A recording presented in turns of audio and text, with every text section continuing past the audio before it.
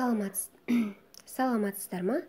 Бүгін біз ИП үшін медстрахованияны қалай төлеу керек? Соны үйренетін боламыз. Ол үшін жоғары жақтағы 3 сызықты басамыз. Соның ішінен платежи деген бөлімді таңдаймыз. Одан кейін барып, осы жерден госуслуги, штрафы и налоги деп тұр. Осыны таңдаймыз. Одан кейін бар платежи для ИП деген тұр. Осыны таңдаймыз. И осы жерден біз именно ИП үшін міне взносы на обязательное соцмедстрахование.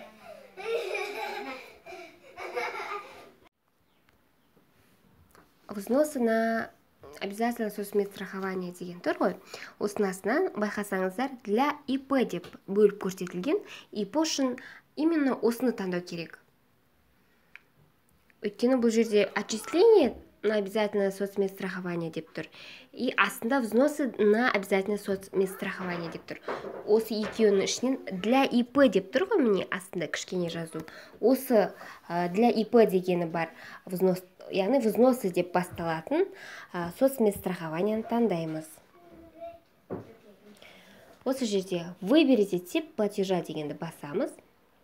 Индивидуальный предпринимательге өзі жаңағы 2975 деген тұрақты сумма тұр. Осыны таңдаймыз. 2975. Яғни периодын таңдайсыздар. Яғни қай айға төлегілеріңіз келіп тұр осыны. Қай айға төлеу керек сіздер. Соны таңдаймыз. Мысалы, март. Окей. Міне, март 2021 деп шықты период оплаты деген жерде. Енді иінді өздеріңіздің, егер кәсіп өздеріңіздікі болса, ИП өздеріңіздің атыңызда болса, өзіңіздің иінді жазасыз да, продолжить деп төлеп жібересіз.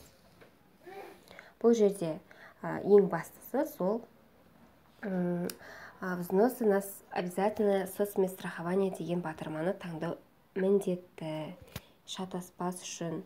Ал егер де сіздер отчисление на обязательное соцмедстрахованияны таңдап қойсаңыздар, міне веб платежа деп бұнда көп, осыны таңдап қойсаңыздар, кейін қайтаруға тура келеді. Бұл ИП үшін жарамай қалады ол кезде. Оның жұмысы көп болып кетеді. Сондықтан мұқият болыңыздар міндетті түрде.